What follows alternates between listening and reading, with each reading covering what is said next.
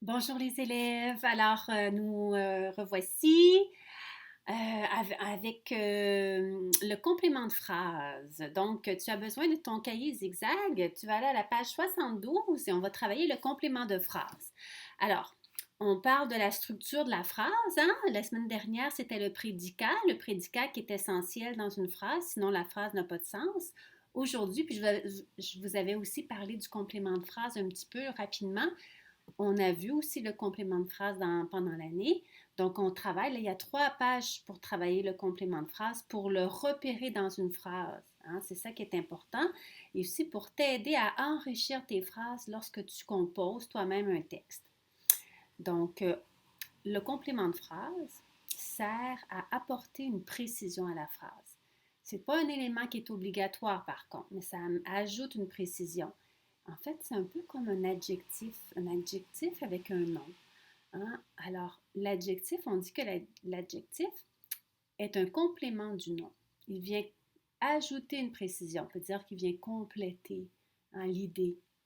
Donc, une fille, une jeune fille, donc on précise. Alors ici aussi, le complément de phrase n'est pas essentiel, mais il amène la précision, il enrichit tes phrases.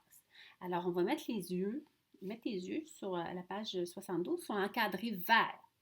On dit le complément de phrase apporte une précision à la phrase. Il peut s'agir, par exemple, d'une précision de temps, ça se passe quand, une précision de lieu ou une précision de but, quel est le but, pourquoi, ou de cause, une précision sur la cause. OK? Donc, là, c'est ça qu'on va te faire travailler pour repérer et te demander est-ce que c'est une précision de temps, de lieu, de but ou de cause. Il va falloir que tu démêles tout ça et que tu repères ça dans une phrase. Exemple. Cette tablette se transporte facilement à cause de sa petite taille. Donc, ben là, on t'aide un petit peu. Déjà, le mot cause est dans la phrase, hein. Donc, à cause de sa petite taille, parce que parce qu'il est petit de taille, hein, la tablette, parce qu'elle est petite de taille, pardon, la tablette se transforme facilement. Donc, c'est une cause. Deuxième petit point, le complément de phrase n'est pas obligatoire. Si on l'enlève, la phrase a toujours du sens. Pour trouver le complément de phrase, on peut essayer de l'effacer. Alors, si tu l'effaces, que la phrase tient toujours, a toujours du sens, c'est que c'était le complément de phrase. Exemple, Émile utilise sa tablette tous les jours. On enlève tous les jours, ça donne Émile utilise sa tablette. C'est une phrase complète. Bon, il nous manque des précisions, mais c'est quand même une phrase complète. On peut aussi essayer de le déplacer. Exemple, Zoé lit un article pour s'informer. Pour s'informer, on pense que c'est le complément de phrase, hein? Parce que si on écrit seulement Zoé lit un article, la phrase a du sens. Donc, on va déplacer pour s'informer, on va le mettre au début. Pour s'informer, Lily lit un article. Ça fonctionne, c'est le complément de phrase. Remarquez ici que quand on met le complément de phrase au début, hein, pour s'informer, il y a une virgule. Pour s'informer, virgule, Zoé lit un article. Tu vas voir plus loin, je te le fais remarquer ici parce que plus loin, tu vas avoir à faire ce travail-là. On va aller au numéro 1. Au numéro 1, je vais t'aider un petit peu parce que c'est pas évident. Et si on le faisait en classe, on le ferait ensemble. Donc, numéro 1, le complément de phrase en rose apporte une précision. Écrit dans chaque case le numéro qui correspond à cette précision. Est-ce que c'est le temps? Tu vas écrire 1. Est-ce que c'est le lieu? Tu vas écrire 2. Est-ce que c'est un but? 3. Est-ce que c'est une cause? 4. Exemple, Charlotte visite un musée virtuel afin de se divertir. C'est ça son but, pour se divertir. Donc, c'était le 3. C'est un but. A. Le musée du Louvre présente plusieurs expositions sur son site Internet. Est-ce que c'est un complément qui apporte une précision au niveau du temps? Quand? Non. Où? Oui. Où? C'est sur son site Internet. C'est un lieu ou un endroit, hein, sur le site Internet. Donc, c'est le lieu. Lettre B. Charlotte aime le site du musée à cause de la beauté de ces pages. On a ici un mot, ça ne sera pas toujours écrit par contre, mais ça, c'est un mot qui nous donne un gros indice. C'est une cause, hein? Donc, c'est la cause. Parce que la beauté les pages sont belles, mais Charlotte aime visiter le musée. Lettre C. La jeune fille visite le musée pour observer de belles œuvres d'art.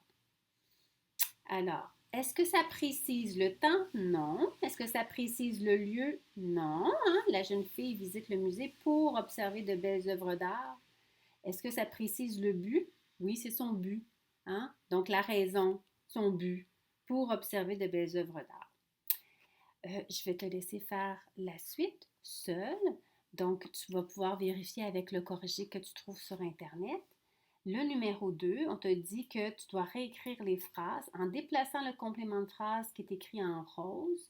Tu le mets au début de la phrase et tu ajoutes une virgule. Hein, on te dit en ajoutant une virgule après le complément de phrase. Ensuite, au numéro 3, trace un trait sur le complément de phrase qui n'est pas obligatoire dans chaque phrase. Donc, méfie-toi, ce n'est pas toujours à la fin de la phrase. Hein? Tu sais que le complément de phrase, parfois, il est au début d'une phrase. Donc, lis bien la phrase et il faut que tu dois te poser des questions avant de rayer. Ne fais pas rien d'automatique, là. L'automatisme, ça ne sert pas. Ça ne sert à rien. C'est comme si tu faisais rien.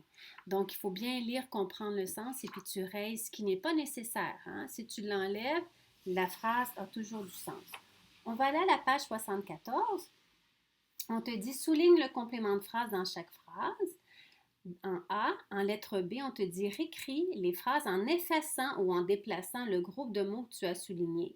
Mais là, ce n'est pas toi qui décides, c'est écrit, on te demande, hein, soit d'effacer ou de déplacer. Donc, on te donne un exemple.